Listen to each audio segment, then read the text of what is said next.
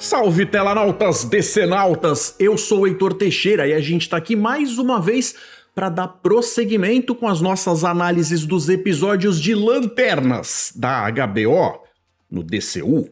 Antes da gente falar especificamente de tudo o que acontece de mais relevante dentro do episódio, vamos colocar ordem na casa e primeiro vamos falar sobre expectativas. Lembrando que, dentro das próprias HQs, os caras não contam a história toda de uma vez só e muitos anos depois que algo é contado, esse algo pode ser modificado, seja através de um retcon, de um acréscimo ou de alguma coisa que vai fazer com que a gente veja um determinado fato que foi citado há tempos atrás, com outros olhos.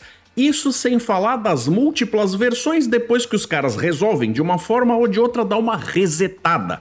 E aquela história volta a ser contada por outros criativos, outros escritores e desenhistas que meio que quando contam aquilo parecido, mas às vezes nem sempre tão igual assim. Então quando a gente fala sobre um determinado algo que está sendo adaptado para outras mídias, seja para telinha, para telona, para os games, ou seja lá, a gente sabe que eles vão ter uma vasta gama de coisas as quais eles podem usar como uma espécie de menu, de cardápio, para pinçar elementos que quando eles fazem esta versão, inclusive que não vai ser igual a todas as outras, até pelo motivo de que se você em casa que for assistir aquilo, já conhecer cada detalhe e eles estiverem seguindo de um jeito que você consiga saber exatamente o que vai acontecer depois, não vai rolar deles manterem o seu grau de interesse e envolvimento especulando coisas que é basicamente o motor do que faz com que as pessoas continuem consumindo um determinado algo. Então quando a gente fala de repente que eles pisaram na bola com a adaptação de alguma coisa, de algum elemento, a gente tem que baixar a bola um pouquinho e pensar, tá diferente, mas tá diferente do quê? Agora, a realidade é que a série continua com uma pegada mais urbana, seja por um motivo de escolha estilística ou por orçamento mesmo. O lance todo é que dá pra sentir que mesmo eles mantendo a coisa num nível mais pé no chão, com cenários ali bastante mundanos, bastante do cotidiano, talvez até em lugares que sejam mais baratos de se filmar alguma coisa do que parar um grande centro urbano para fazer uma cena no meio da Times Square ou algo do gênero, os caras ainda estão plantando de forma até sutil, às vezes nem tanto, nas entrelinhas do que eles estão montando ali, mostrando ali, algo que tem uma intenção muito mais grandiosa do que alguém que esteja vendo ali de forma desavisada talvez esteja percebendo. De certa forma isso é ótimo, porque faz com que a gente se mantenha interessado, já que quem manja minimamente desse personagem, do que está acontecendo ali, sabe que pingo às vezes significa letra. Então só de um determinado detalhe ter sido citado, ou aparecido, ou sido provocado, isso faz com que a pessoa se mantenha curiosa em saber como esse algo vai se desdobrar mais pra frente, fazendo com que o potencial disso chegar de fato na história possa trabalhar esse lado grandioso de tudo que está sendo apresentado ali. Por outro lado, é justamente o lance da gente estar com essa expectativa e essa ansiedade de que coisas grandiosas aconteçam, que de repente para um cenário que se coloca um personagem do estilo de um membro da tropa dos Lanternas, que tem a capacidade de criar coisas tão criativas, tão visualmente exuberantes, talvez esteja meio que engatinhando ali em uma coisa meio morna que não tá agradando a todos, apesar da história ainda estar sendo boa. Porque o equilíbrio em se entregar uma história enxuta que funciona num cenário mais assim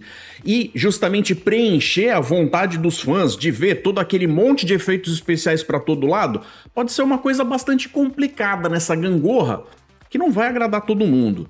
Ah, então quem diga que Lanternas está se mostrando uma série que aparentemente tem vergonha de ser uma série de super-heróis. Eu acho que talvez isso seja um pouquinho de exagero, mas dá pra entender de onde vem a frustração de quem tá fazendo esse tipo de comentário. Mais do que personagens super-heróicos com uma roupinha diferente, um uniforme e um anel divertidinho que saem por aí pra caçar bandidinhos, a tropa dos Lanternas tem uma mitologia própria extremamente rica, densa e cheia de detalhes, que faz com que o folclore interno valha a pena ser desdobrado, pra gente conseguir ver até onde eles vão com toda a grandiosidade que a história deles propõe. Então, de certa forma, ver eles presos num lugar só, fazendo coisas meio que iguais o tempo inteiro, em algo ali que só tem cara de investigação de detetive, pode ser frustrante para uma parcela da sua audiência, com certeza. Eu acho que é justo dizer que esse segundo episódio tocou exatamente nisso, em plantar a semente para mostrar pra gente que tem um monte de coisas extras enfiadas ali no meio, só que por outro lado a gente acaba vendo todo mundo com cara de ser humano misturado numa história onde a gente até sabe que tem algo mais, mas a gente não sabe exatamente o que é esse algo nem como ele vai se apresentar. Então todo esse potencial de algo super especial não parece tão especial assim, em primeira análise, ali na superfície. Pra mim, há tempos, de fato, de uma certa forma incomoda quando os caras que vão fazer uma adaptação resolvem quebrar de forma muito contundente a cronologia de eventos que são importantes na vida de um determinado personagem. Por exemplo, quando saiu o terceiro filme do Homem-Aranha, dirigido pelo Sam Raimi, eu achei que a introdução do Venom estava simplesmente cedo demais. Era um personagem que talvez aparecesse bem depois, posteriormente na carreira daquele determinado personagem, com outros vilões que deveriam ter chegado antes que foram completamente ignorados. Isso acaba rolando por motivos mercadológicos, onde eles estão muito mais preocupados com como eles vão fazer para ganhar mais dinheiro de bilheteria, do que se eles estão respeitando ou não aquilo que eles estão trazendo para ser mais parecido com o material original ou não. Aqui, então, eu teria um problema parecido com esse assunto que está sendo plantado aqui, talvez chegando muito cedo, porque na primeira produção que a gente vê dedicada a esses personagens, algo que levou décadas para surgir, de repente é o começo, é o pontapé inicial. Mas a gente também tem que lembrar que essa história está sendo contada de uma forma quebrada, com saltos de décadas. E esse Hal Jordan já é um Lanterna Verde desde 1986. Então quando a gente chega em 2016... já teve tempo dele ter toda uma carreira, enfrentado um monte de gente, um monte de percalços e tudo mais, fazendo com que as histórias não tenham sido suprimidas. Elas só não foram contadas pra nós ainda. Como se a gente tivesse pulado um bocado de coisa pra chegar nesse ponto, porque eles julgam que esta história vai ser mais adequada pra começar o DCU. Agora, a gente tem que lembrar que o nome da série é Lanternas, e não Lanternas Verdes. E isso faz toda a diferença, galera. Vamos falar a respeito disso? Galera, fortalece meu trampo deixando um joinha aí pra mim. Por favor, considerem se inscrever no canal e ativem o sininho das notificações para não correr o risco de perder novos lançamentos. A intenção é fazer reviews de toda essa série e tem muito mais material aqui no canal que eu tenho certeza que se você der uma conferida, você vai encontrar coisas do seu agrado, com certeza. Tem um bocado de coisa aqui que é feita sob medida pro público nerd como você que tá vendo esse vídeo agora, desse bobeito. Eu sei, eu te conheço, rapaz, moça, eu conheço vocês. Vou fazer um lembrete pra vocês de algo que eu esqueci de fazer no vídeo anterior, olha só, caramba, puxa vida, erro meu. Nós aqui no canal na tela temos o Momento dos Telanautas, aonde eu separo um momento no final do vídeo para que você aí de casa possa ter a sua voz ouvida. Se você quiser fazer um comentário a respeito desse episódio, segundo episódio dessa semana, ele vai aparecer no próximo vídeo, do terceiro episódio. Era pra nesse vídeo ter os comentários da galera a respeito do primeiro episódio, mas eu de fato esqueci de falar lá, e como vocês normalmente não me acompanham aqui, porque vocês não são público de Star Trek, que pena, acho que vocês deviam participar, fica muito mais legal com a participação de vocês. Vou responder o que eu souber e comentar e trocar uma ideia de amigo para amigo com vocês. Então, por favor, considerem usar o Responda 2 pontos. Quem quiser dar uma conferida nas regras, que são simples, mas tem algumas, elas vão estar no comentário desse vídeo aqui. Dá uma conferida e vem. Quem quiser dar uma força financeira pro canal continuar produzindo conteúdos como esse, é só se tornar membro. Você virando um Telanauta apoiador, com esse valor baixinho que tá na tela, você me ajuda a continuar fazendo outros tantos vídeos como esse. E outros tantos que ainda nem chegaram a ver a luz do dia. Lembrando que todo domingo ao meio-dia a gente confere o resumo das principais notícias do mundo da cultura pop no Sci-Fi News. A partir desse ponto eu vou vir com algumas explicações que podem ajudar a gente a tecer as nossas teorias para o futuro, mas no meio disso ainda vão vir muitos spoilers, então estejam avisados. Pelo que a gente viu até agora, a série tá arrumando pra contar a história dos caçadores cósmicos, ou os Manhunters. Algo que por um tempo me deixou um pouquinho confuso, porque esses Manhunters que estavam sendo falados me apontavam pra algo como o Ajax, o Caçador de Marte, que usa um nome desses também. E é outro personagem muito importante da mitologia da DC, que talvez estivesse sendo introduzido aqui, já que ele, sendo um marciano, traz na sua bagagem toda uma batalha, uma guerra alienígena, com os alienígenas da espécie dele, que talvez fossem o que eles estivessem inserindo aqui. Mas é claro que os caras resolveram se apegar na mitologia dos próprios Lanternas, óbvio. Mas, como eu ia dizendo, esses personagens não surgiram junto com o Lanterna Verde do Hal Jordan. Eles foram introduzidos muito tempo depois através de um retcon em pique de flashback. Já que o Lanterna Verde da Era de Prata, o Hal Jordan, foi criado em 1959.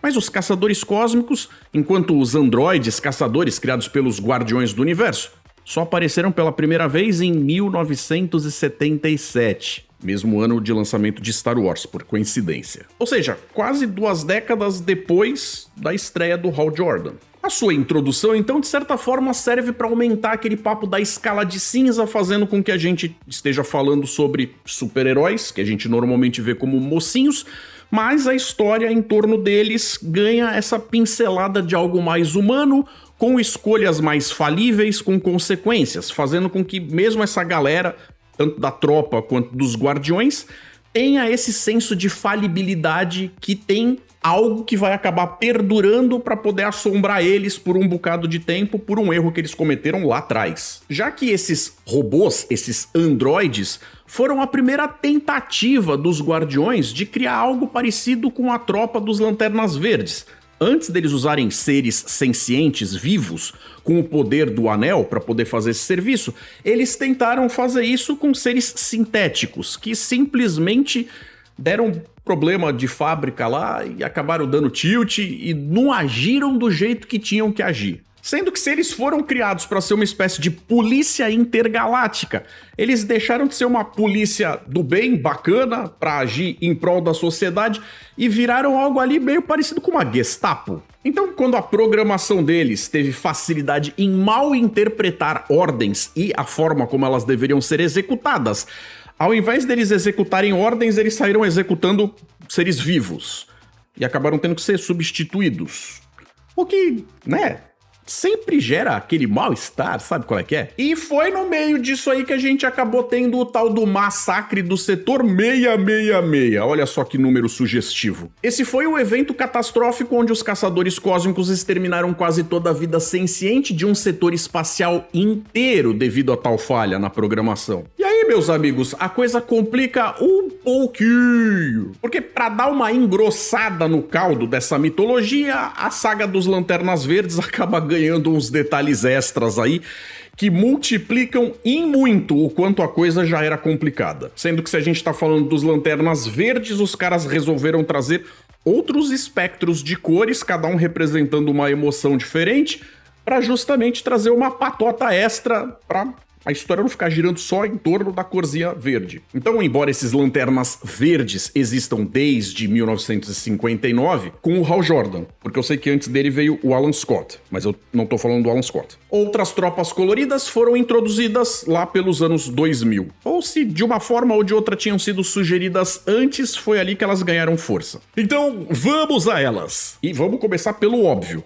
Pelo verde, que basicamente é a força de vontade, é o equilíbrio, a determinação e a capacidade de superar o grande medo. É o centro estável do espectro emocional. Depois a gente vai ter o amarelo, como o medo, representando o terror e a capacidade de incutir grande medo nos outros. Seus constructos são alimentados pelo pavor dos inimigos. E aí, de forma fofinha, nós vamos ter o azul da esperança, representando a fé no futuro e a cura. É a cor mais poderosa espiritualmente, mas precisa de um Lanterna Verde por perto para ativar suas capacidades de combate. E aí a gente chega no laranja, da cobiça, da avareza, representando a ganância absoluta e o egoísmo. O anel consome o usuário com uma fome insaciável.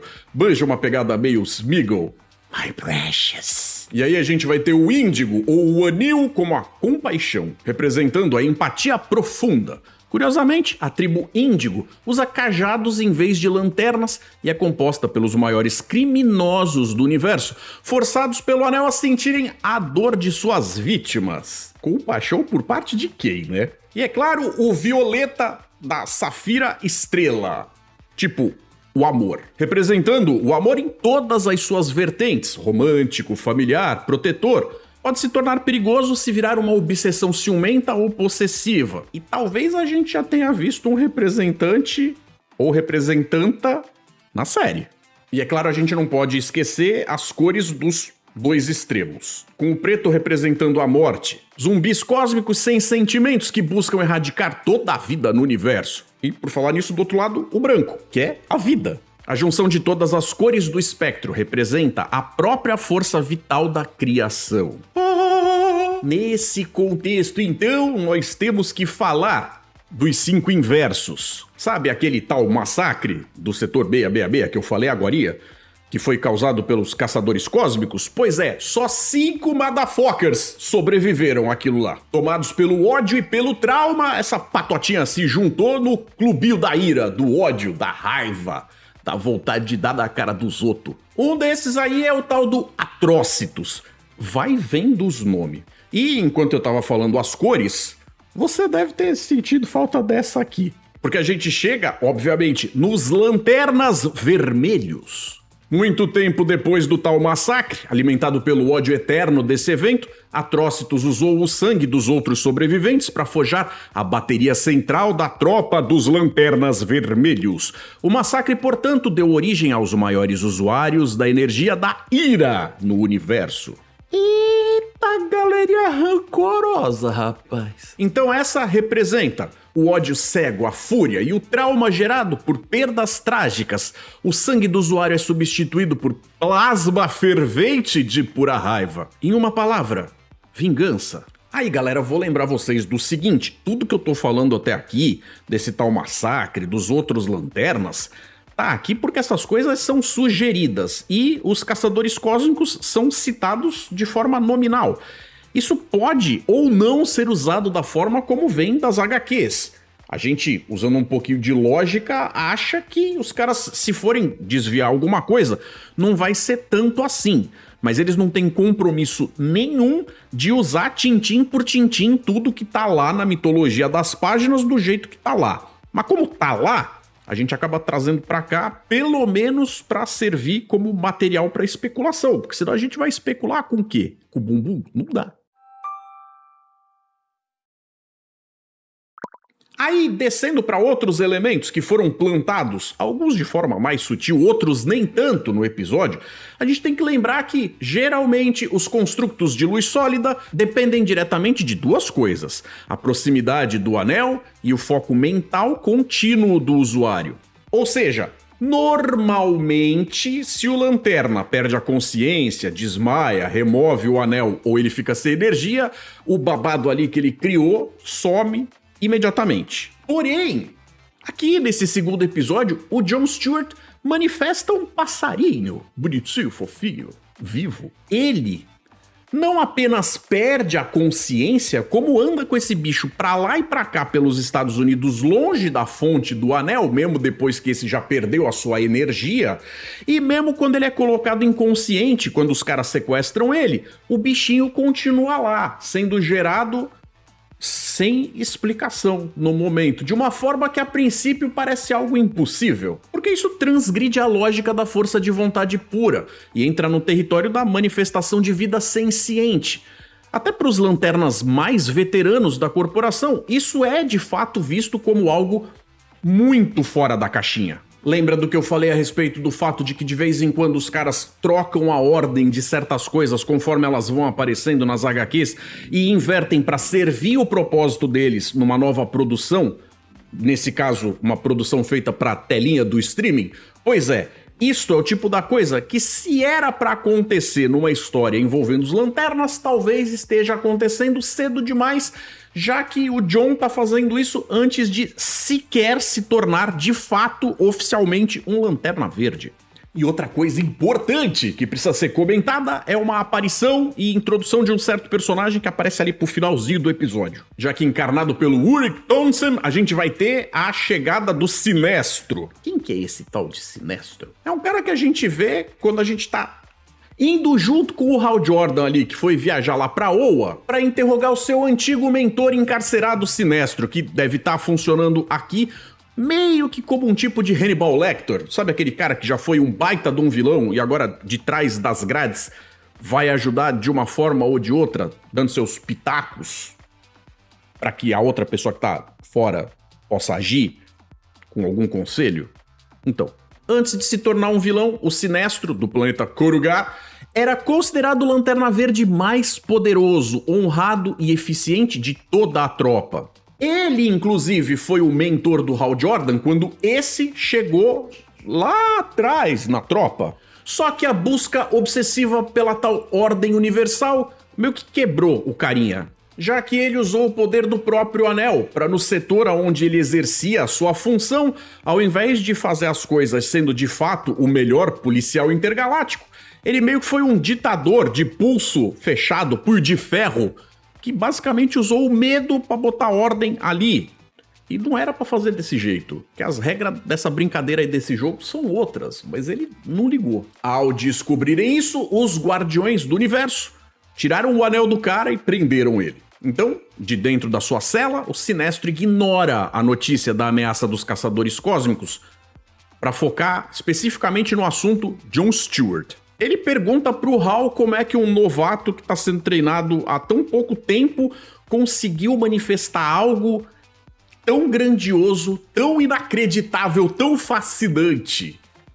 Porque ele sabe que o negócio não é qualquer terça-feira. O negócio é algo que tem que se prestar atenção. A capacidade do John Stewart de criar vida a partir de luz sólida sugere que ele não vai ser só mais um soldado da tropa aqui. É possível que a série esteja cozinhando um algo a mais ali. Quem sabe ele não é uma anomalia cósmica capaz de redefinir o que o espectro emocional verde pode fazer. Então, com tantos elementos sendo plantados, que a gente sabe que os desdobramentos deles não vão ser qualquer coisa. Não sei se a série vai estar à altura para retratar tudo o que deveria ser. A gente tem aquele conceito de que um bom cinema, uma boa série que mostra coisas pra gente, é muito mais bacana quando mostra e não fala, mas às vezes na falta de grana os caras têm que contar ao invés de mostrar. Mas os elementos estão ali. E, por outro lado, também é elemento demais que eu duvido que vai ser metade bem explorado em uma única temporada, principalmente uma tão curta. E aí isso acaba gerando necessariamente aquela sensação de algo que deveria ser tão grandioso quanto uma parada tipo Star Wars, acabe presa dentro de um negócio que tem ali meio que os moldes de um True Detective. O que não tá necessariamente errado, mas frustra. Mas nós já tivemos a presença da bateria e do uniforme. Olha aí que progresso. Então é isso, galera. Não esqueçam, próximo episódio vou estar aguardando vocês que queiram participar do Momento dos Telanautas. Usem o Responda 2 pontos antes do comentário de vocês. E aí, se vocês tiverem especulações, reclamações, elogios, ou se quiserem apenas deixar aqui um registro dos seus pensamentos, eu vou colocar na tela, vou ler e vou fazer todo mundo participar, que fica muito mais legal. Eu acho que eu cobri tudo de mais importante que eu tinha pra dizer, tirei isso do peito, e agora eu tô pronto pra encerrar o vídeo. Mas vou deixando vocês com 2 sugestões de vídeo pra seguirem com o meu conteúdo. Um forte abraço, galera! E até mais!